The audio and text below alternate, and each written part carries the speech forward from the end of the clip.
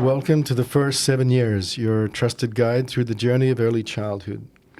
Join us as we explore the crucial aspects of growth, nutrition, and resilience that shape the first 7 years of your child's life. And please note the information in the first 7 years is for educational purposes only and not a substitute for professional medical advice. So always consult with your healthcare provider for your child's specific needs. And today we're very honored to welcome Dr. AnnaMaria Temple. Welcome. Oh, I'm so excited to be here. Who is a traditionally trained medical doctor, also now a holistic pediatrician, best-selling author and mom of 3. She's the voice behind Healthy Kids in an Unhealthy World and Ending the Eczema Epidemic, and the creator of the Eczema Transformation Program. In her private practice, Dr. Temple blends conventional training with functional medicine approach to help families prevent and reverse chronic illness with fewer medications. Her passion is empowering parents, especially moms, to build routines around food, sleep, stress, and screens that create a lifetime of health and resilience for their kids. Welcome. Welcome. So good to have you. Love what you're doing on social media, by the way. Thanks. We're going to talk about a lot of, the typical stuff that you cover. And of course, in this world where convenience culture, and fast food dominate, contributing significantly, by the way, to one of your areas of focus, eczema, is what we're going to help clarify for folks at the different ages and stages, and talk to you about what you believe the foundation for the lifelong health of a child. We focus on first 7 years, but that investment, health's an investment, right? Never an expense. Absolutely. So we're going to open that up and unpack all of that. But before we do, we always go to Dr. Murray because he's always very thoughtful, insightful, following trends, figuring out what's going on in the world of natural medicine, naturopathic medicine, functional medicine. Doc, what do you have for us today? All right, so with Dr. Anna here, I wanted to make something that opened up and just showed the magnitude and the importance of what you're doing. Okay, so we look at genetics versus epigenetics. Historically in medicine, mainstream medicine, it's always been, you're born with these genes, this is your lot, this is your life. In the last, 10, 15 years now, we have this emerging and really sound science called epigenetics, which says, no, maybe it's not the genes. Maybe it's how we live, what we do, what we eat, how we think, all of those that actually determine our health. So this is it, what we live, what we eat, what we do, what we're exposed to in the environment, and how we respond to those challenges. Isn't it something like, it used to be 50-50, nature, nurture, but isn't it something like 80% is lifestyle, diet, environment? Let's have a look at the studies. Okay, so these are two. This is one of the biggest ones ever done on epigenetics. 475 million individuals done through genealogy, looking at longevity genes versus lifestyle. The other one was a smaller study, but again, very impactful, 202 families, again, looking at genetics versus health and lifestyle. The biggest study, if we go back, the 475 million, the result of that study, 7% was genes. Wow. 7%. Yeah. It's getting smaller and smaller. So we're talking 93% is what we do in our lives, and how we raise our children is what counts. The other study looked at the same factors. 25% was attributable to genes. So in my mind, it's between 75% and 93% is what we do, how we live. Right. And as a traditional medical doctor who then broadened to, the depth of education into functional medicine and understanding there's something deeper than just patching symptoms, how did you do that? Well, it's interesting when I look at or hear about epigenetics, my first thought always goes to the agouti mice study in the 1980s. Because we oftentimes talk about epigenetics as now when it's trending, I'm like, it's been around. Right. And I always tell, people are like, don't believe Google, but I'm like, in this case, epigenetics and the agouti mouse is a really good Google because they have a great visual of how this genetic mouse was given a different diet and created a different genetic progeny. A different mouse. Yeah, a different mouse. And it was really eye-opening of, wow, okay, we could have this genetic makeup, but with the nutrition we put in our body, we can turn off the genes or turn on the genes and then create different children, which really applies to what we're talking about today. I first came across this notion, this concept with, and you must have stumbled across him and or followed him throughout your continuing education track, Dr. Jeffrey Bland. one of the first to point this out, of course. And what we're illustrating here, by the way, is that both of these mice are these viable yellow agouti variole, same genes, but the mouse on the right doesn't express it due to this epigenetic methylation, very popular term. Big word. Methylation, which, by the way, I think most people sort of only realize without understanding the term methylation that folic acid in pregnancy to avoid things like Neural tube defects and all these other things. Autism. But now we're understanding that whole sort of methylation pathway. So let's start there. Like, what got? Did you want to? You had another thing you wanted to say though, because no. What I wanted to say, because I think every physician has their own journey. So I just love that you moved into this broader practice of functional medicine. But what really brought you there? What took you there? Yeah. In 2007, I was in my medical practice for 5 years, and I had 3 children at that time, and they were all sick and plagued with chronic disease. And I took the 3-ring circus to the doctor one day, and I was like, I lined up the 3 ducklings, and I'm like, what's happening here? Why aren't there so many chronic medications? My little one couldn't walk out on an Easter egg hunt because his eyes would swell shut. His body would be covered in hives, and he would rip his skin off on the ground crying because he was so uncomfortable. My daughter had asthma, eczema, seasonal allergies, recurrent ear infection, constipation. My middle child had snot, like the kind of boogers. You're not even allowed to walk out of the house these days. He was disgusting. Anyway, so then when we got there, so for the little one, the doctor said, and I quote, "We have run out of medication. The only next option is allergy shots." He was 2 years old. Wow. For my daughter, they're like, oh, well, her inhaled steroids work for asthma, topical steroids work for eczema, Zyrtex controlling her seasonal allergies. She'll outgrow her ear infections as you do. And her constipation is being controlled with daily Miralax. By the time we got to my middle one and his snot and his ADHD and all that, I like stopped paying attention. I'm like, all right, we're not getting anywhere. And I walked out of that office. I felt ignored. I felt like a crazy person. I felt dismissed. I didn't feel like anyone was listening to what I was saying. And it was that time that, I'm just before mamas because I'm a mama, but like mamas are born with this like mama warrior that sometimes sleeps, then she wakes up, and when she wakes up, watch out. And she woke up and was like, wait, what? The rest of these children's story is chronic meds for life and more meds.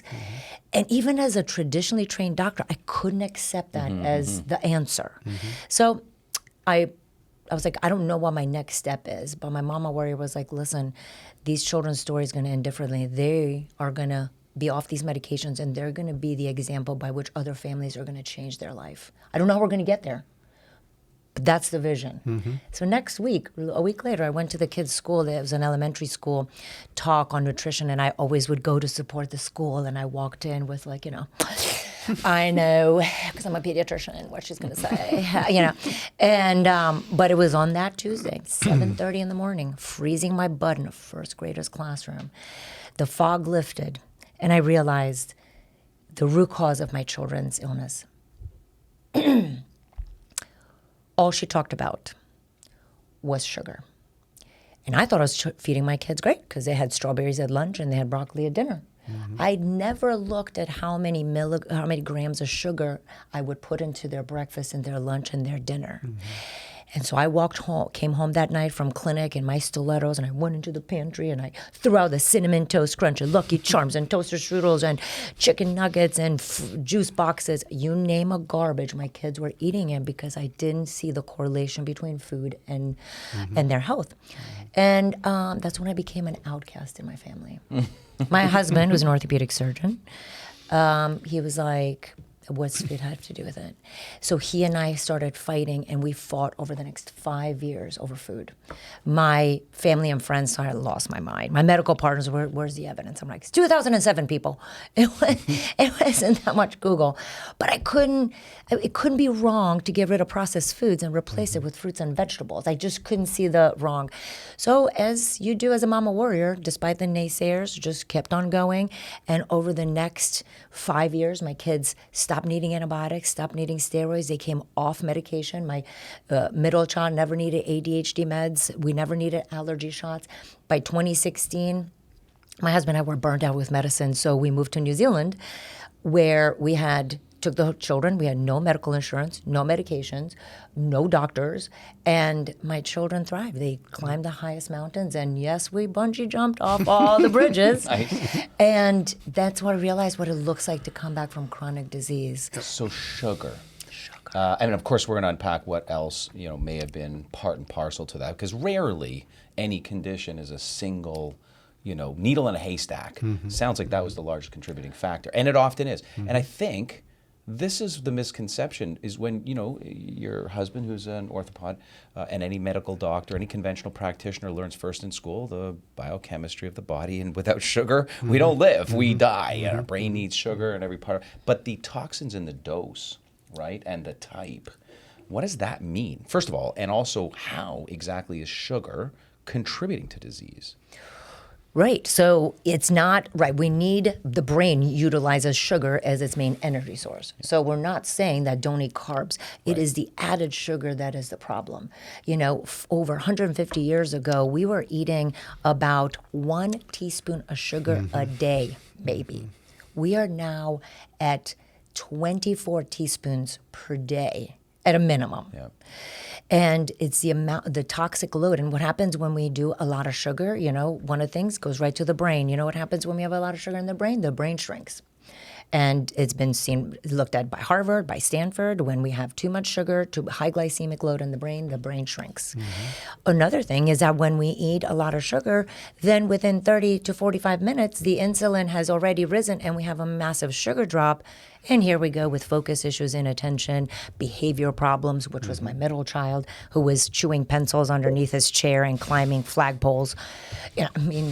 I like to demonstrate it in real time, everyone, just want to show you exactly how it's done. And then on top of that, when I was in residency, circa 1999, there was no such thing as type 2 diabetes in children. That did not exist. There were zero cases. We're now 1 in 6.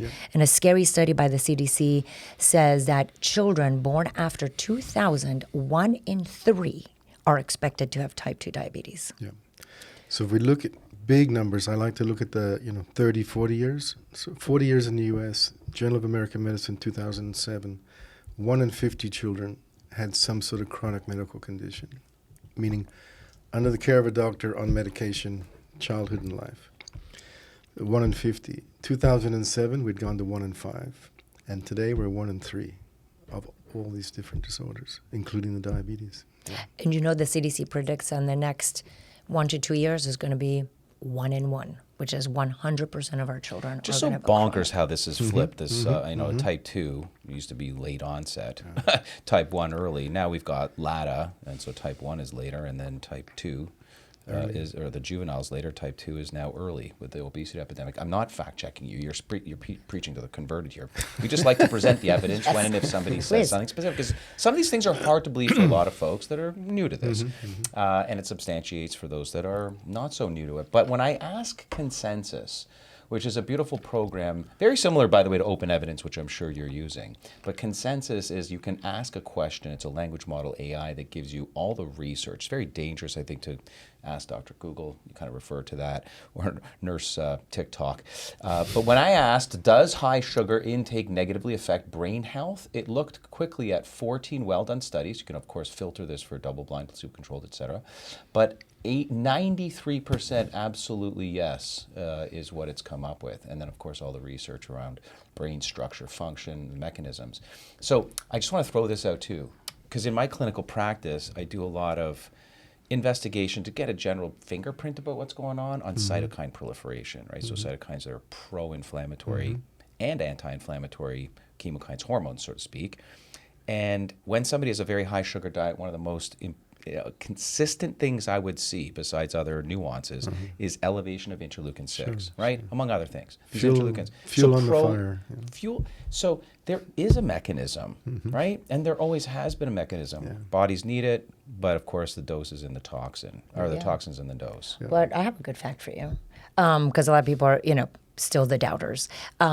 And they're like, sugar can't be that big of a deal. And I was like, well, actually, they've done studies to show that 100 grams of sugar in one sitting decreases the immune system function for up to 5 hours, right? And people are looking at me like, what? And I'm like, let's look at a child's birthday party.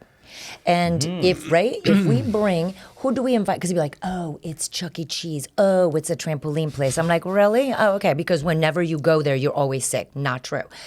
And then they're like, oh, well, it's all the kids that are bringing the germs. And I'm like, but that's also interesting because you invite the kids from your classroom. You invite the neighbors' kids who you hang out with all the time. So really, we're hanging out with the same exact people in a group, at a place, be it whatever. But what do we serve at a birthday party? Oh, cake, ice cream, cupcakes, and we give away candy. And usually within 48 hours, about half the kids end up with some kind of snot, congestion. Everybody's ready to blame the establishment. That they're like, I'm like, they're cleaning. That's not the establishment. And, it upsets me. But I'm like, but let's think of the birthday party at, say, your house. What happens? And that's when parents usually get a light bulb. They're like, okay, that is true. It is all the friends that we've always hung out with. And what the common denominator is loads of sugar because we've started making a comparison that sugar's fun. And children need to have sugar in order to have fun. And somewhere along the way, we've lost our messaging of what's fun. Food is not fun. Hanging out with your parents, quality time is fun, right? The love language of children is not food. The love language of children is quality time. Sure. So you're talking, everything is being turned upside down backwards. So apart from diet, what other things do you look at as a functional doctor in terms of the environmental challenges that children face that can also affect their immune system and their brain? I have to go to stress because I am a problem. And so I'm not throwing stones at anybody. I had to move to New Zealand to realize what a stressed out mess we are in North America. were. Yeah, you guys are pretty chill in New Zealand, aren't you? Yeah. They're so chilled. Yeah. And so the Kiwis would look at us and they're like, what is wrong with you guys? And we thought we had reduced our stress level because we're like, you know what? Compared to Joanne, compared to Bob, we are so chill. And then we moved to New Zealand and everyone's like, what's happening here? And the children actually, they were 15, 13, and 11, like that. And individually, within 6 weeks of moving to New Zealand, they individually came up to us and were like, we love coming home. It is, you guys are so much less stressed. It is so much nicer to be home here than in the U.S. And we had 5 plates, 5 glasses, 5 forks, because we had just been transplanted for a little bit. In the U.S., big house with all the stuff and a pool and all the things. And my kids were like, this is where we want to be. Because it wasn't about the stuff. And it was a real reality check for my husband and I to be like, wow, we have created complete stressed out children because of our stressed out, people, personas that we've created. Yeah, so back to what you said, epigenetics accounts for so much more. That's environment, not just psychosocial, psychological stress, but the environmental toxin load is much less, in New Zealand, places like New Zealand. By the way, before we entirely escape from the sugar topic, I just have to point this out. This has been studied, multiple times. The way the fMRI, functional magnetic resonance imaging can actually light up the brain on sugar, and the parts of the brain that light up are almost identical to cocaine. So when you said sugar's fun, listen, it's a drug, right, for a lot of kids, So here's something else, by the way, I've heard you say many times, and I'm sure this resonates with you, and we repeat it often on the show, is you can't change your genes. You can't change or alter your DNA. The cards that mom and dad have dealt you, and it's how you play them in this game of life. But you can manage genetic expression. And this is really kind of what we're talking about. That's new for a lot of people as well. And what sugar, it sounds like what sugar does is washes over, certain genes and turns bad ones on. And that's oversimplified, but that's kind of what might happen. Yeah. What other toxins do we have to worry about? Kind of alluded to environmental toxins. But if we take this back a step to, in utero, let's go through some ages and stages. So mom's pregnant now, and she's thinking about delivering the healthiest possible child. You've written the book, Healthy Kids, unhealthy world, living in an unhealthy world, how to navigate all of this stuff. And I'm sure you start sort of prenatally here with some advice. Yeah. What's the top advice you can give? You know, I wish that pediatricians would start seeing moms prenatally. Because we see them after they're born. Right. But so much happens in utero. Today's episode of The First 7 Years is proudly brought to you by AskDrSears.com, your trusted source for expert parenting advice, nutrition tips, and natural health solutions. With over 50 years of pediatric experience, the Sears family is dedicated to helping parents raise happy, healthy children. Visit AskDrSears.com to learn more and discover their wealth of resources designed for every stage of your child's development.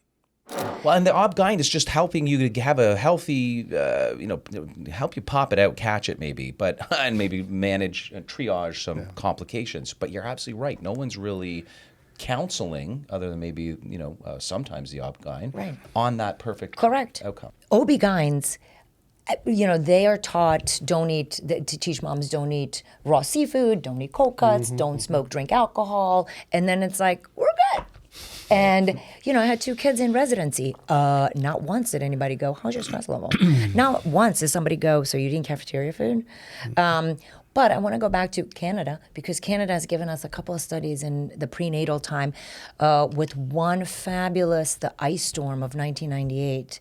And there was a beautiful study done that followed moms that were in the Great Canada ice storm of 98. It was about 300,000, don't quote me, 300,000 to 400,000 pregnant moms that were displaced. And what they did is they looked at the moms that were displaced by the ice storm in Canada, compared them to pregnant moms in Canada who were not displaced by the ice storm. They followed them out for 15 years. And what they found is that the moms who were displaced and they were pregnant, their children had higher rates of eczema, asthma, ADHD, cancer, autism, neurobehavioral stuff. And the list goes on, speaking to the stress during pregnancy that we very rarely talk about. So that is the Project Ice Storm, which is, I quote it all the time because you can't argue with the power and the control group being in the same country. So, we're... And then the other study that, for a long time as a pediatrician, I hemmed and hawed over the fluoride. I didn't know which way to go with it, right? But early on, I had some questions when I would call dentists about fluoride supplementation in children on well water. And no dentist could agree with another dentist on what the recommendations were, which I found interesting. I'm like, wait, if this is so important, how come we don't have an agreement? Anyway, fast forward to 2019. And in the meantime, before we go to 2019, a lot of studies came out of China on fluoride. But the fluoride levels in the water in China were much higher than the US. So we're like, doesn't relate. I mean, we're not sure, on. But in 2019, a study out of Canada once again comes out on fluoride. And they found that, and the fluoridation of water in Canada is about the same as in the United States. And what they found is that in moms who had a specific urine fluoride levels correlated with a child's decrease in IQ. And when a mom was, for every 1 milligram per liter of fluoride that they ingested, it was a decrease in about 3.34 IQ points. And this was more profound in boys than in girls, but a 2023 study looked at moms drinking fluoridated water at 0.7 milligrams per deciliter. You're going to have to not quote me on that one. But they showed a significant decrease in cognitive and executive function of children, especially in girls. So the moral of the story is we have 2 toxins in pregnancy. Well, we have many, but for our intensive purposes that we want to highlight is stress and fluoride. And as a pediatrician, I struggled with that fluoride situation for a long time. And I'll tell you, in 2019, I was like, okay, I really feel like I have a good, I can make a recommendation. The data is strong enough. And when I had, of course, the naysayers come in and they're like, it needs to be replicated and duplicated and blah. And I was like, that was a 5-year study. So you go ahead and you wait for 5 to 10 more years to duplicate the study while other children's neurological decline continues. And we wonder, what is this all about? Right. Yeah, yeah. No, the evidence is there. Well, and the question becomes also, do we really need this? We had Dr. Moran, Yeah. we had Dr. Chester Yokoyama on a previous show, both DDS's dentists. Obviously, this is their world. Biological. fluoridation. Love it, yes. Bio-focused. Love it. And when you see the consensus, once again, what we're dealing with is some naysayers, but by and large, the research is, coming out. And the evidence from meta-analyses, which are studies of studies and cohorts studies, are proving more and more that this is affecting IQ in children, just like you said, dose dependent. So going back to conception, no stress, mother's going through pregnancy. What can she take to actually help, maintenance prevention-wise, supplement-wise? Supplement-wise. Yeah. So, one of the number one questions I always get is, what multivitamin? And I was like, we do need a multivitamin, a prenatal multivitamin in pregnancy for sure. But I don't want people to use that as their crutch. We still need to do plan points. I always talk about plan points. I annoy everyone with plan points. Plan points are super simple. For like one strawberry is one plan point. A giant bowl of strawberries is still one plan point. But if you eat a strawberry, blueberry, grape, banana, that's 4 plan points. The more plant variety we have, the better the microbiome, the better the immune system, neurocognitive, brain formation, all the other stuff. And it's good during pregnancy and after pregnancy. So focusing on plant, you don't need to be a vegan. You just need to have plant variety. For prenatals, for mamas, multivitamin that contains iron, choline, vitamin D, zinc, methylated B vitamins, super important. Omega-3s are huge because unfortunately in our northern latitudes and U.S., we do not eat a lot of fish. And just because you eat fish once a week does not mean, and then you have the mercury thing. So, and people don't want to eat sardines, which is my most favorite powerful food, but everyone turns their noses in the U.S. So a great omega-3, and I'll tell you, for allergic disease, studies out of New Zealand showed that Lactobacillus rhamnosus and there's the 3 different studies, especially in the 3rd trimester, decreased allergic disease by over 50%, including eczema. And so I encourage a multi-strain probiotic that also includes Bifido infantis, because B. infantis is super important in the first year of life to help the babies. And fun fact on B. infantis is that he only likes breast milk oligosaccharides. He doesn't like anything else. He's very picky. But we've noticed a huge decrease in B. infantis in newborns. 60 years ago, they did a study and the baby's poop had tons of B. infantis. And then over time, now it's like rarely, very few, don't quote me on the numbers, decrease in B. infantis in baby poops, but it comes from mom. So back to, we have to do our Lactobacillus rhamnosus, B. infantis, and a multi-strain probiotic. But if we don't feed these probiotics with plant variety, we just make expensive poop. Sure. And so, because, in the modern world, they're like, oh my God, you take a multivitamin, you make expensive pee, and you take a probiotic, you make expensive poop. And I'm with you, because they're not medications. They're supplements, which means you do your diet and lifestyle, and you add these to bridge the gap and improve your health. Yeah. And let's unpack that a little bit more, because you threw out a bunch of strains and species. And I think it's important for folks to understand there really isn't the best probiotic. There is simply what probiotic species will confer health benefit. Correct. So I love this chart. That's lovely. And what I clicked on was pediatric health. And what it'll do is, yes, it'll talk about the brand, but really what's important is the strain and obviously the application where the science is as it relates to that strain. So you'd be able to find rhamnosus right here, and you'd be able to see, okay, not only antibiotic-associated diarrhea, but hey, atopic dermatitis, eczema, other irritable bowel issues, all kinds of, so it's proven out for that particular indication. I just wanted to point that out. And of course, you as a formulator, all about this, because this is the strain species selections that you're using, not only your pediatric practice, but within the childlike brain, right? But I want to just touch on one of the important, this to me is one of the most important. You talked about the omega-3 DHA for conception through pregnancy. Best study I've ever seen, most impactful when I got it, was 2001 Journal of Pediatrics study done in Norway. They had 2 groups of pregnant mothers. One group they gave corn oil throughout pregnancy. The other they gave cod liver oil with the omega-3s, DHA. followed their children for 5 years, like your other study. At 5 years, the children of the mothers who had the cod liver oil, 5 IQ points higher. 5. Just from simply giving the right nutrient during the right time. Yeah? Yeah. I mean, 5 IQ points Yeah. can be a big It's difference. huge. Can be a It's- difference yeah, from yeah, yeah. somebody that is cognitively impaired to someone who is functioning like a normal adult in society. Yeah. So I love that. That's great.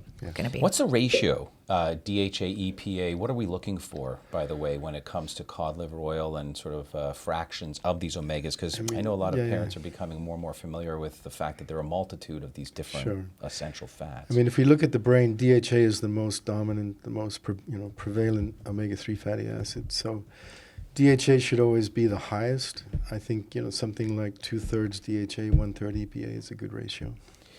You must have seen, I mean, we almost talk about this too often on the show because they got to start paying us to do this. This is crazy. They should be sponsors. But you must have heard of the work of Dr. Bill Harrison, Omega Quant. Have you seen this? No. Oh, teach Doc. me. Okay, I know. Are you ready? You're going to thank Horrible. me Getting later. fired. You're going to thank us later. Okay, so check this out. And it's only come to mind based on, so what we know is that at any given age and stage, we should have an 8% red blood cell membrane saturation of omega-3s, which, as Dr. Murray pointed out, can come from, and often does best come from, cod liver oil. But we've heard of this from sardines as well, as you mentioned, and other things, fish that are healthy. So what is testable on a simple pinprick at home is your omega-3 saturation. Of course, this is amazing for heart, brain, but also pregnancy. So moms now, which is so cool, moms can test their milk, not only their own EPA, DHA, but their milk for the quantity of DHA. At home. So super inexpensive. Yeah, from the comfort of their own Done. home. Yeah. And when you know that you're there, so the question becomes compliance. How much more do you have to take of what quality? But then it's, am I actually reaching this, and they can monitor it monthly if they're breastfeeding. But I mean, that gives you actual numbers instead of people go, I eat plenty of omega-3s because blah, blah, blah, because we just make stuff up. Having numbers don't lie. Know your numbers. So the question becomes, sometimes this will actually give me a better question to ask. So do omega-3 fatty acids improve cognitive function, including IQ? So it's going to read a bunch of studies, and I'd be shocked if it wasn't. Okay, so there's some mixed. But there is, a number of studies that, promote this as well. I'd be curious as to what these were possibly.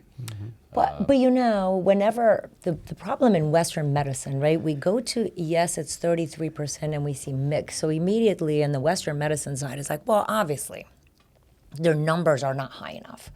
And we're ready to chuck it. I'm like, but in the 33, there's a lot of people that we can help because every human is not the same. Yeah. Every human has a different sensitivity. It makes you go into the studies and go, okay, well, who did we survey? Who did they look at?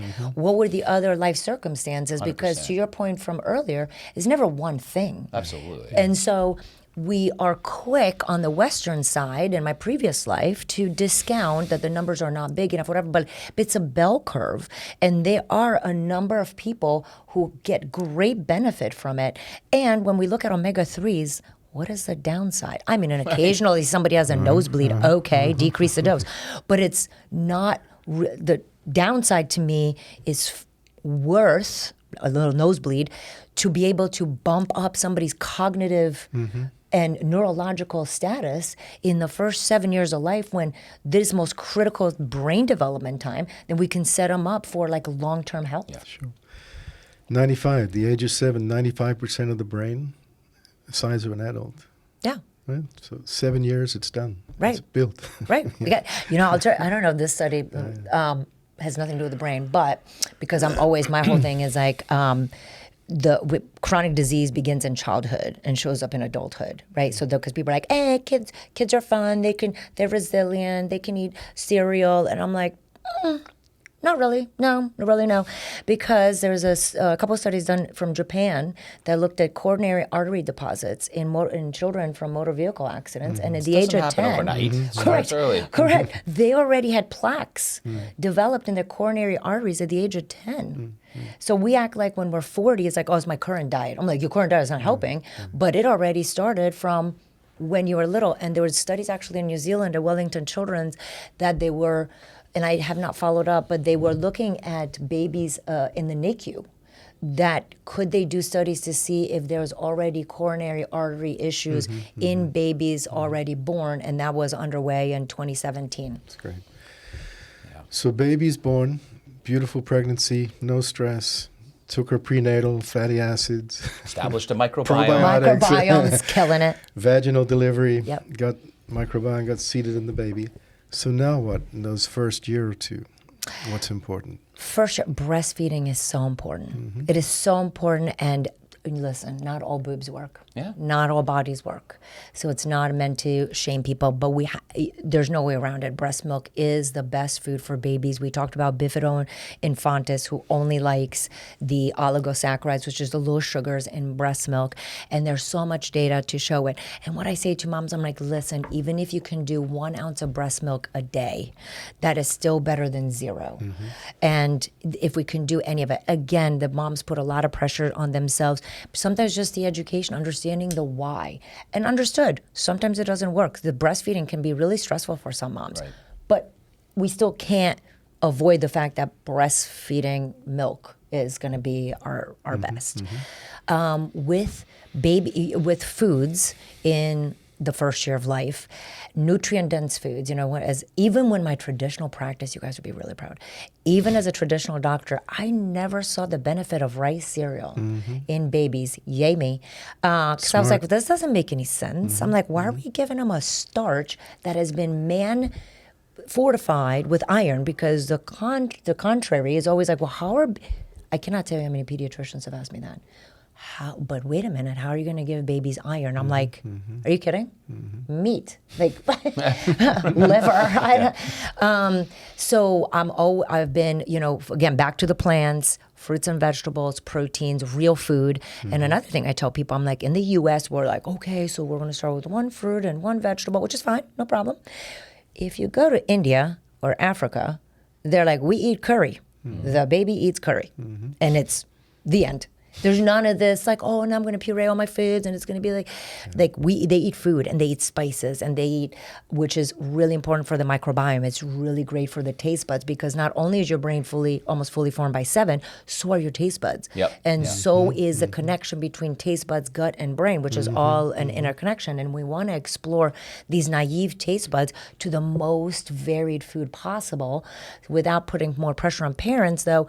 We always can you work towards 100 new foods in the first year of life, which means you, the parent, has to eat a lot of food variety, because I can't tell you how many parents come in and they're like, well, they won't eat vegetables. And my first question is always like, do you? What did you have for dinner last night? Do you? Yeah. And they usually go, oh, it's a bad example. I'm like, it's never a bad example. And we were talking about that on a recent show as well, that it's modeling.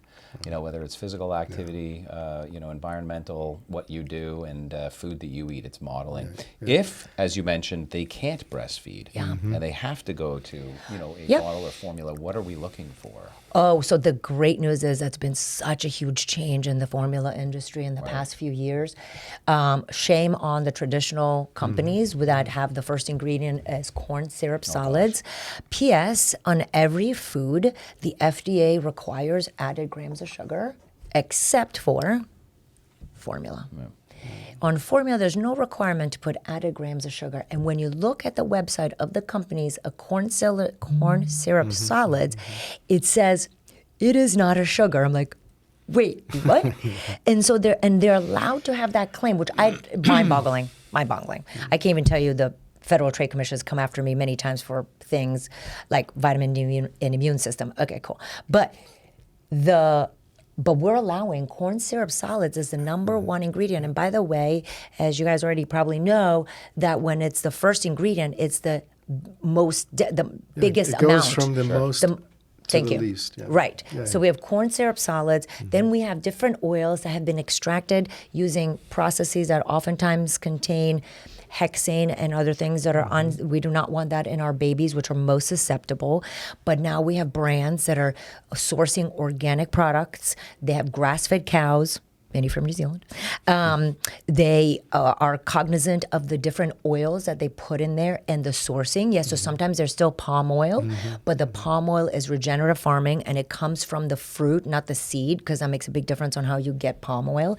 So sourcing is super important, and what they put, how do they grab the DHA, how do they grab the different ingredients. So we have a lot of American-based formulas that are doing a really nice job of bridging that gap when the mama can breastfeed or just needs to supplement without having to rely on formulas with corn syrup solids. And how about, since we're in this world, cow, dairy versus goat versus sheep formulas? Okay, so it is still how cows are bred, and then there's A1 and A2, which is a difference in the casein protein. And then we have the goat, which oftentimes is less reactive. And, this is a theory, so it's not based on research, but we have so much cow milk, and the moms eat cow milk, and we eat cow cheese and cow sour cream and cow butter, and we're overly saturated by cow. So we've developed a sensitivity, and it's become an inflammatory. We don't eat as much goat. We don't eat as much sheep. So by default, it's less inflammatory. I tell people all the time there, because they get upset when I'm like, dairy, is a inflammatory food, and it's not. Dairy in itself is the quantity of it. And I'm like, what's funny? No one's sensitive to Brussels sprouts. Because no one eats Brussels sprouts 3 times a day. But we will eat cheese, dairy, milk, yogurt, ice cream till the end of time. Till the cows come Till home. the cows come home. Right. So it's such an oversaturation when mamas are pregnant, when the mamas were young, because the body keeps count of all this. Yeah. It's not like whatever you did when you were younger, it's going to show up in pregnancy, as is for the partner too. So let's not let the partner off the hook on this one. But I think it is an oversaturation. So we're overall less sensitive. So some kids will do better on goat versus sheep. Yes. What about the correlation too? Because it's becoming again more and more understood. It's less sort of rogue alternative medicine. Differential diagnoses more accepted now. I guess more mainstream is leaky gut, hyperpermeability, and dairy and excess. Talk about food sensitivities. How does that relate? Well, how should parents think about this, especially as it relates, by the way, to immune dysfunction, eczema, atopic dermatitis? Yeah, we talk about that all the time. So what it is that when we were already alluding to stress during pregnancy, because when does eczema, so we'll use eczema as an example, because eczema happens, most common time to diagnose eczema is between 3 and 6 months of age. And number one question to parents, well, how can they have a chronic disease when they were just born? They didn't do anything. I'm like, but we have pregnancy and we have what you did before. And so let's take into account, we talked about stress, we talked omega-3s, we talked about fluoride, several other toxins, the maternal nutrition, paternal nutrition, all the things. So what happens when the baby comes out, instead of the gut cells being all lined up in our gut, our intestine is made up of wall of cells, and they're all tight together, and the body gets dairy in, and from mom's milk or from formula, let's say, and the body is used to breaking it down, amino acids, vitamin D, into fats, into all the different globules, and then it diffuses through the cells. But when you have leaky gut and the cells are open, there's a gap between the cells because of stress, because of hormones, because of yeast, because of toxins like we talked about. Now when we're exposed to dairy, a chunk of dairy goes in between the cells. So it's not so the body doesn't have to fully digest it. Now it just goes between the cells. Straight into the bloodstream. Straight into the bloodstream. And the immune system does not know dairy protein. It knows amino acids, it knows fat globules, it knows the vitamins. It doesn't know a chunk of dairy. So now we make an antibody to the dairy. And then when you make an antibody to the dairy, now this immune system is on hyper alert. Wait, what else can happen? But we have whole. So now here comes gluten, here comes egg, here comes peanuts. One after the other, they slowly come through. And in the traditional world, it's like, oh, you have food allergies. Nothing we can do. I mean, OIT and other things, but I mean, oh, too bad. Rather than, wait. One food allergen is going to be accompanied by another food allergen. And even more importantly, which is not recognized, food sensitivities. Because when the food sensitivities come in, those are like tiny little annoying little pests. And they don't pop up on a traditional panel, blood, or skin test, and people don't realize that that's also adding to the whole problem. So your food allergy test is negative for dairy, so you're like, hey, whatever. We have all these sensitivities brewing in there because you don't know that we're dealing with leaky gut. So when we have eczema, for example, your child has leaky gut. People always go after the lotion, but we know eczema is not a lotion deficiency. Eczema is a visual representation of what the gut looks like on the inside.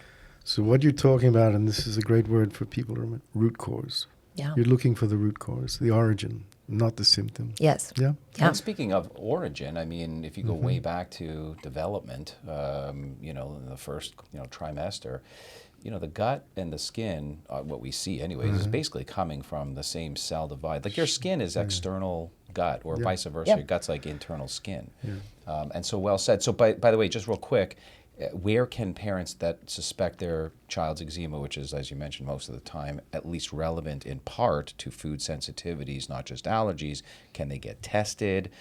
What kind of pediatrician should they be looking to have this level of acknowledgement, to look into this in this way? Yeah, so food testing and allergy testing for foods in the first couple years of life is not very accurate. Right. It could actually lead to a lot of food phobia, food fear, and orthorexia. I have a lot of moms that come see me and they're basically eating lettuce because they're so afraid of everything. You can't heal if you're just eating lettuce.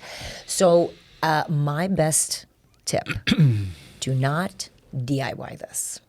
You need to find a functional medicine, a pediatrician, integrative doctor, functional medicine, nutritionist, coach, naturopathic doctor, nurse practitioner. We need a provider that knows how to do this because we get in trouble real quick when we're trying to do the guessing game, because not all when it comes to eczema is a roller coaster. It is the most hideous roller coaster. And you're like, you flare now, you don't flare. You flare, you don't flare. And parents will associate a food with a flare when in fact the eczema is going to flare regardless. So you really need somebody who knows how to do this and help calm the nervous system, because back to the anxiety, it all starts in a vortex. And then the root cause for eczema or any chronic disease is never one thing. It's never your stress. It's never the genetics, like we already talked about. It's never the fluoride. It's when you put all those together, the human body is a cup of inflammation. And when the cup is filled with all the things we've mentioned already, it overflows. And in some people, it shows up in their skin, some people in their brain as ADHD, and some people in their lungs as asthma. So everybody has a threshold. Everybody has a threshold, and my threshold is not the same as yours. So a lot of parents will look and go, oh, well, my child can do red 40, for example, but they have no ADHD symptoms. Therefore, any studies that I come across is BS, because that's not happening in my house. Also, my child reacts to red 40 and he loses his mind. Therefore, all children are. So we have this way of trying to, it's a cognitive bias, because each human is different, and each human's cup of inflammation is very different, and how they respond to that is different. And I think a lot of that is born from or onto us through genetics. We talked about how genetics only account for 20, 30 or so percent, depending on the studies you read. But I guess my point in this case is that there are a slew of genetics that predispose us one way or the other with respect to what are called human leukocyte antibodies, right? More predisposed to gluten intolerance or not. And by the way, to your earlier point around endothelial dysfunction, or how quickly one might succumb to thickening of the arteries early on. I mean, pre-teen years, for example, is related to a single gene, by the way. Most things aren't. But that the functional genomics, at least, genetic experts of this world, associate as the heart of the human genome. It's called 9p21. But having multiple, let's call them suboptimal variations of that single gene on different locations, predisposes you to endothelial dysfunction. So that's when you have to be worried early on. By the way, your kids can be tested very early for genetic susceptibilities when you're under the care of the right practitioner. I didn't want to miss this, though, because you said this, and you can go to the Institute for Functional Medicine, find a functional medicine practitioner, a pediatrician, a dermatologist, a GP who's had this further education by using your zip code or postal code. I use that link all the time. And just before we move on from the leaky gut, what testing do you do that's very easy at home that can take a look at that? Oh, for leaky gut for children? Yeah. I don't. No? I don't do testing. I'm a low test kind of a doctor. They're not very accurate in the beginning, and I've done a lot of tests as older children. Just the babies' poop studies are usually very difficult. But I do for food. I do a gold standard. The gold standard is you replace the food. So for dairy, we never eliminate. We always replace. So we take dairy out and replace it with an equally nutritious food for a minimum of 30 days. And then we bring it back and see if the body's responds to whatever the issue is. Same thing for gluten. Processed foods, all right, we get rid of processed foods. And so we'll do, dietary modification. The gold standard for any dietary modifications is oral challenge. So we work with that I say to people, I'm like, if you're not pooping every day, your gut's not working. I mean, I can do a fancy test, but your gut's not working. And what other? And when your child is experiencing eczema, ADHD. Now, again, ADHD is going to be older, so I can do poop tests. In younger kids, it's just not that accurate. Yeah, and we know we have dysbiosis. We know we need to rebalance it. So yeah, that's. So just generally, from what age would you do the stool test? 2 years and up. Okay. Today's episode of The First 7 Years is proudly brought to you by Omega Quant, your go-to source for understanding omega-3 and DHA levels in both you and your child. And did you know that DHA levels in breast milk are crucial for your baby's brain development and vision? With Omega Quant's simple at-home breast milk DHA test, you can ensure your baby is getting the nutrition they need for their best start in life. Visit omegaquant.com to learn more and take care of your child's early health. So we figured we'd bring you through sort of a rapid fire, here's the problem, maybe what's the better, more natural, less toxic solution, if you're game. Let's do it. Right. Yeah, let's do it. So let's start. Is it a slideshow? It's a quick slideshow. We're going to give visuals for folks to look at here. Replace cute baby. Baby Replacing stage. a cute baby. How do we do that? She's very cute. He, she, I don't know what. Yeah. But we talked about formulas and things that you want to make sure to look at formulas. How about toys, particularly plastic? Overly saturated. The plastic, so much Soft plastic in particular. So much plastic, so silicone. And there's the wooden toys too. Wood. What's wrong with wood? I don't know. It's cheap too. Sometimes you can get it from China, and then it's like the glue has lead and that kind of thing. But I'll tell you, I am a minimalist when it comes to toys. Babies and children don't want that many toys anyway, but we buy dirt, pots and pans. Right. Tupperware is They going to be. typically want what you have. Give them a broken phone. Correct. That's not on, Correct. right? They literally would sit between my legs and open all the cabinets and take plastic. everything out plastic and wooden spoons and stuff. But we are overly marketed to all these buzzing toys and lighted toys and moving toys, and then, which by the way, there's a lot of studies to show that when babies are surrounded by all these overstimulating toys and that snoo thing that like rocks them, that they actually has long-term implications in their neurodevelopmental outcome because they're not allowed to be one with nature. Even the sound machines, when over a specific decibel, actually affect children's hearing. But anyway, back to the toys. Okay, so clean wood, and silicone. Because what's happening otherwise? What is this soft plastic doing to a child who's got it in its mouth on a regular basis? Oh, so there's the BPA and all the different microplastics, and microplastics get taken into the body, and they're estrogen mimickers. So it looks like it's an estrogen, which then disrupts the hormones of babies, and it can affect, especially in boys, because it's an estrogen. So then boys are having more estrogen, which can affect their genitals and overall outcome. Okay. Baby wipes? Fun fact, I just did a baby wipes ratings on TikTok. Yes, I did. Okay, so fragrances, and be careful of claims on the package. You will see fragrance-free, and they'll say clean, etc. You have to really dig deeper into what's going on. So, for example, water wipes is one of my favorite. They have water and grapefruit seed extract. Coterie is also one of the clean brands. Kirkland, not so much. It has a lot of preservatives and additives. Pampers Pure, not that great either. Also has a lot of preservatives that we're not fans of. Eco is good. So, but how do you figure this out? The great news is that EWG is your friend, and EWG has already rated all these. Yeah. So you can go on EWG rating, and usually what I say, if it's less than 5, I prefer 0 to 3, but less than 5, because we got to look at budgets and what's accessible in people's areas. Less than 5. Do you know my first book was called The Rule of 5? And everybody was like, that's the dumbest title. And I'm like, what? Because I was like, but trying to be a moderate? I was like, EW, Right. because I was like, EWG less than 5 is good, Yep. you know, flam points, all these things. Anyhow, but less than 5. Same thing when it comes to Shampoos? stuff that we put on our babies.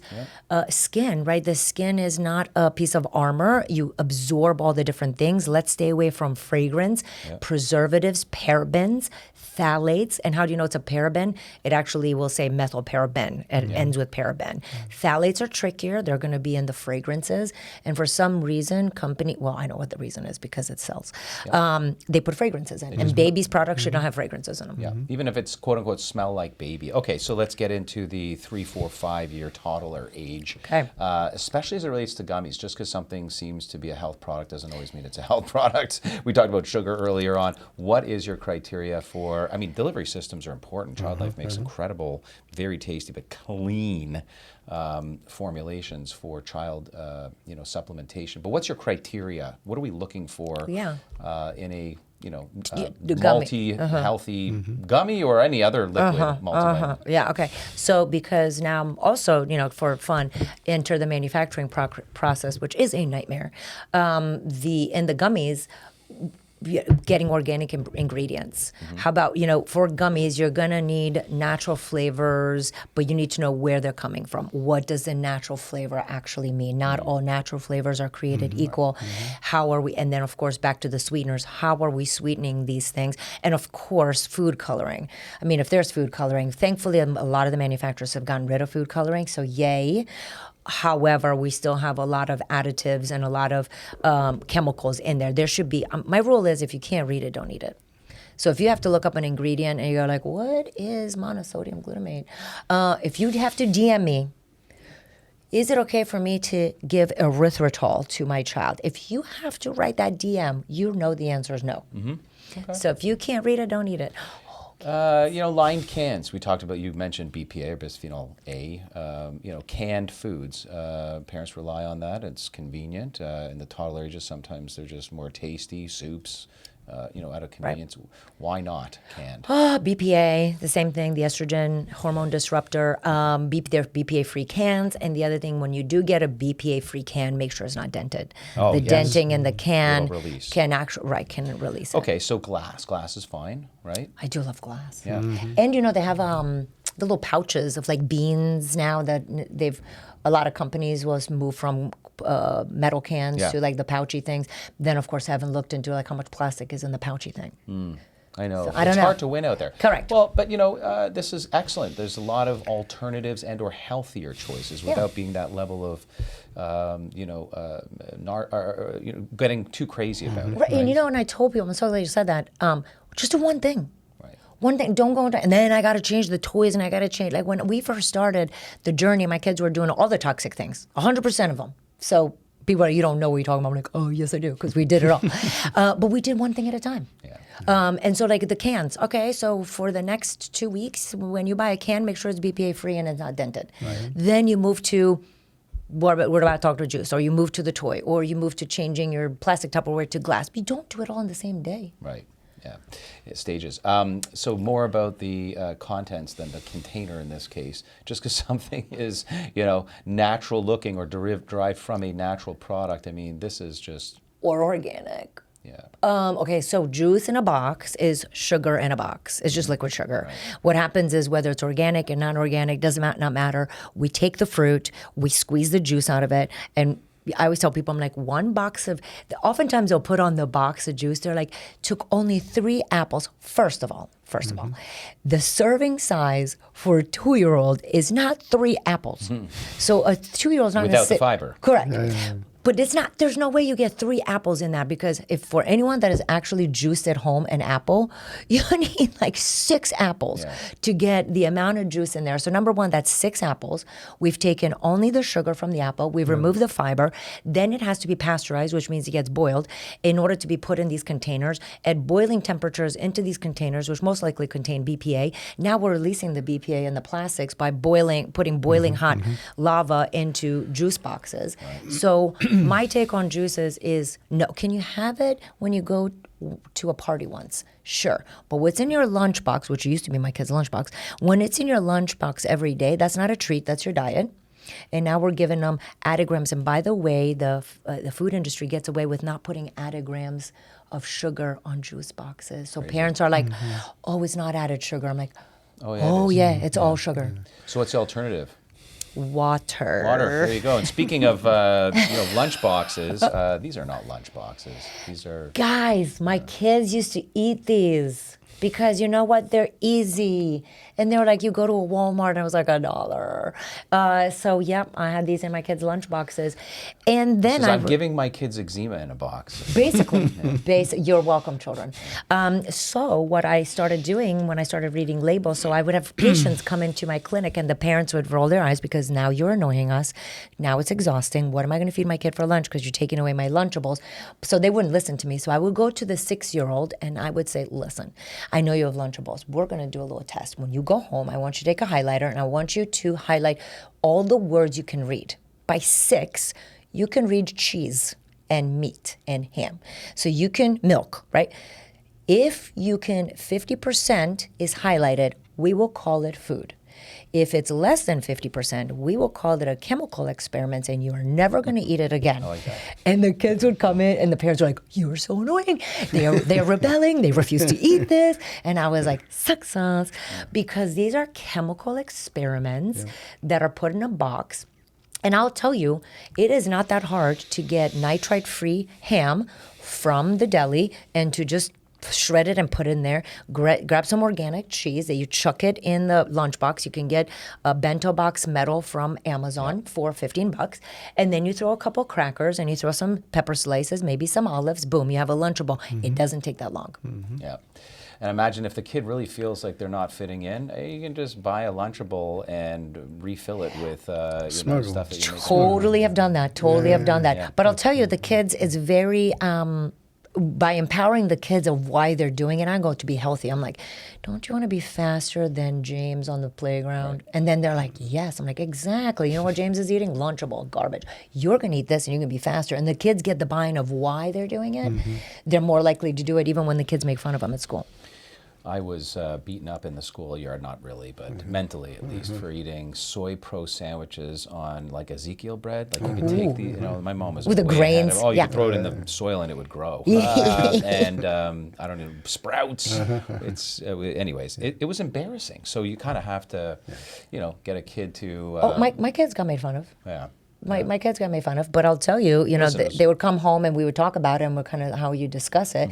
And I'm happy to tell you, at 24, 22, and 18, my 2 oldest ones cook for themselves.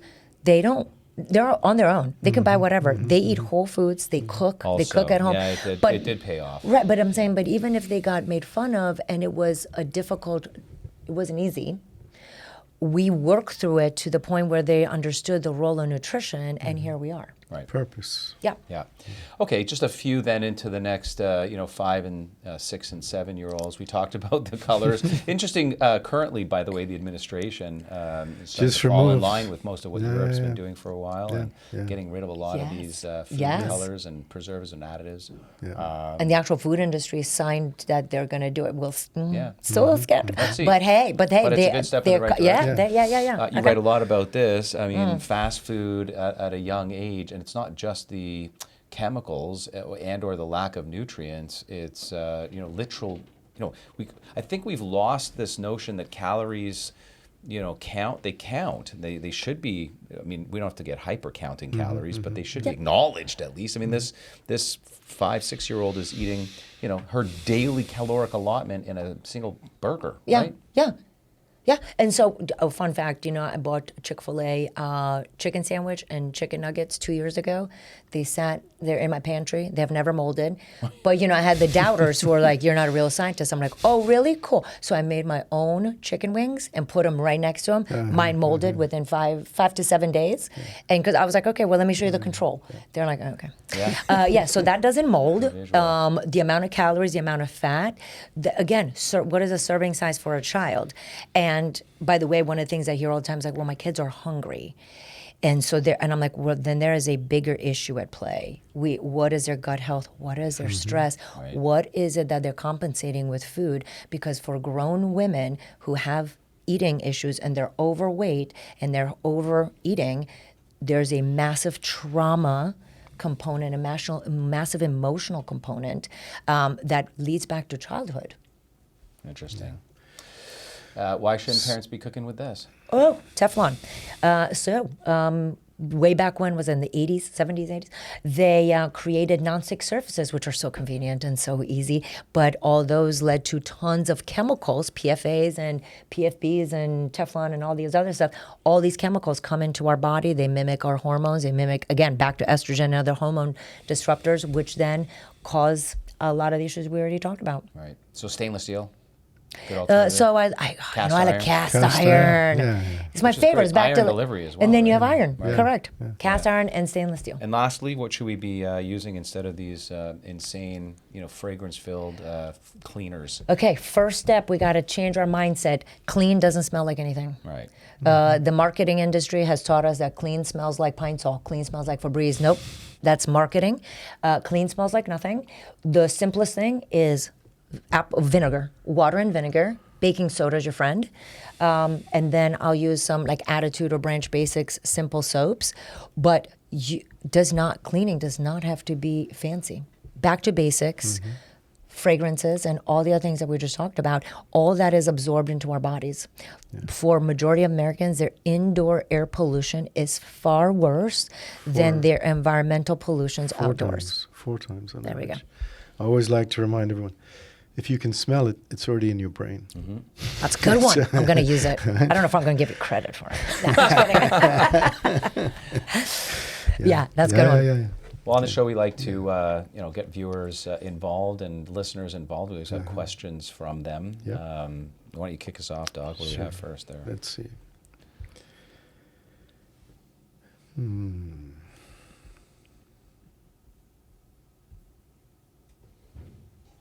Okay. Here's one from Instagram. Apropos, my child will only eat chicken nuggets. How do I expand their diet without meltdowns? Yeah. First, the parent has to be eating a varied diet. So children don't listen to what we say, but they copy everything we do. Number 2, eating is the last thing that we do when we have a meal. So for us adults, we're thinking about the food. We go to the grocery store, we date the food. Is this the red pepper? Is that the correct yellow pepper? You think about it, you bring him home, you feel it, you touch it, you bring it home, you're thinking, you're adding some onions, now you're pairing it, you're accessorizing it, and then there's a smell, the cut, the touch, the feel, and then the last thing you do is you sit and you eat it. For children, that's the only experience they have is they come to the table and they get to eat it. How about we get the children involved in the rest of the story? Maybe you bring them to the grocery store. Guys, I have 3 kids. They were so annoying. So I'm not saying that I don't understand. You kidding me? 3 small kids at the grocery store? Horrible. But it was a long play. It wasn't every time, but at least once a week. So then touch the yellow pepper, grab the scallions, whatever. Have them in the kitchen with you, washing the broccoli, washing the scallions. Maybe you break the broccoli and they chuck it in the bowl and they mix it with their hands and olive oil after they wash their hands.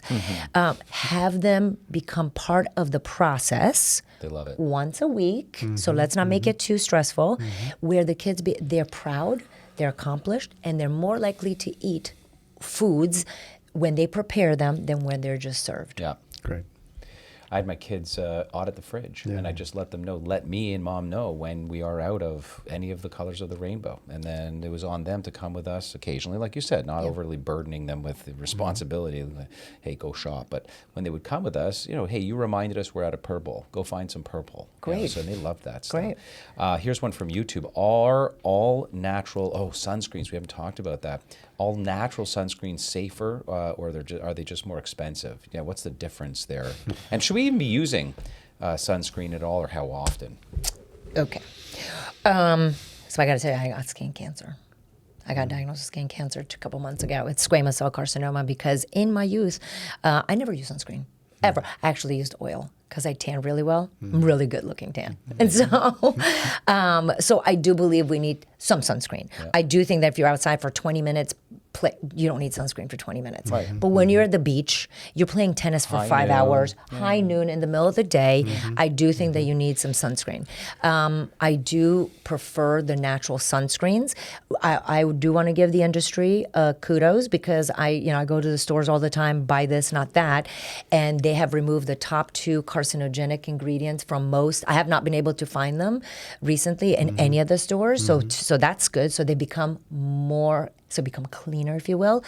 But again, if you have a clean sunscreen that has the mineral sunscreen, do they have fragrances in them, and what are the ingredients do they contain? So not necessarily always. You still have to be your due diligence. This is where the Think Dirty app and EWG app come in really handy. Yeah, just go EWG.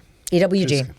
Check the chart. EWG, less than 5, you're good to go. Yeah. Okay. Awesome. 5 for 5. 5 for 5. Facebook, and how much screen time can my 6-year-old handle before it affects sleep and focus? Oh, well, each human is individual. I don't have a good reason, but I will tell you that the average American child consumes about 7 to 8 hours of screen time per day, and they only spend at most 7 minutes outdoors. So each child is very individual. In my own family, my youngest one could consume, let's say, an hour and a half and be fine. And then my middle one would consume an hour and he would lose his mind for 48 hours. So each child is very different. How do you know is when you tell them to turn screens off, it's a 45-minute battle. If it's a 45-minute battle, your child is addicted and that needs to be knocked off. So that's how I go by kid. On the average, if you can keep it for a 6-year-old, less than 2 hours per day, and 2 hours before bedtime, because if we do it right before bedtime, it's going to affect melatonin production, which then prevents them from falling asleep and or contributes to night terrors. Yeah, well said. Healthy Kids in an Unhealthy World. It's available on Amazon and at your local bookstore. What was one of the takeaways from you? Every author has the sort of epiphany of what came from the book, not just the impetus to write the book, but is there a sort of single most important summary that you could provide that's come from authoring that one? Changing your mindset. If you don't believe that food has anything to do with your child's health, if you don't believe that screen time is going to affect your child's behavior, doesn't matter what advice and from what famous doctor, you're not going to listen to it. If you believe that everything that we do matters to how our children grow up, if you believe that we are the authors of our children's health, you will change. We are not, whatever story that my children had, whatever story that other children have, it doesn't have to be the rest of the story. We are the authors of our children's story, and we choose to believe that lifestyle and nutrition can make a difference, and we choose to believe that it doesn't. That's why I wanted to show the epigenetic studies at the beginning, because it frames everything you are, everything that you do. Yeah. And it's not a belief, it's the fact. It's a fact, It's a fact. But it's... Yes, but people still then have to Correct. implement. Yeah. Correct. Got it. We learned a lot today. Infant levels, prenatally, early feeding and toxin avoidance basically lay the foundation. And to your point, also influence hugely the epigenetics. Toddlers, we have to encourage a lot of variety in reduce everyday exposures there as well, get them eating all kinds of different colorful vegetables. What did you call it? Plant points? Plant Plant points. Plant I like points. because they respond to reward. Yeah, right? I'll send you a link. It's a free thing that you have, and I should tell you exactly how to make it successful. The amount of kids that are eating plants, or even if they get 2 more vegetables in their diet than they had before, like our youngster with the chicken nuggets, still better than 0. Yep. Right. Yeah. And of course, in school age, among other things, balance, stress, sleep, screens, build resilience, which is going to be formative for their immune system, brain health, overall strength, Everything. success in Microbiome. life. Right. All right, final question. Okay. If parents could make one shift today for a healthier child, what would it be? They should eat more vegetables. They should put their phones down. They should go outside more often. Excellent. Well, for more resources, folks, you can visit drannamaria.com. You can follow your Instagram, which is at Dr. AnnaMaria Temple, and TikTok. You're also on TikTok. Yep, I annoy people on all platforms. You have some really fun stuff going on. People need to follow you. In practice, obviously, you are focused, heavily on all these things that we talked about. Eczema being one of your, specialties and/or areas of focus. And folks can, if they're in your neck of the woods, can reach out. Are you taking new patients? I am taking new patients in the brick and mortar and in my online program across the country. Amazing. That's great. Yeah. Well, thank you so much for joining us today. And all you out there, don't forget to subscribe, leave a review, share this episode of The First 7 Years with parents who want practical tools for raising much healthier, happier kids. Dr. AnnaMaria Temple, thank you so much Such a for pleasure. joining us today. Thank you Such so a much. pleasure. Appreciate it. Absolutely. Thank you. Be well, everybody.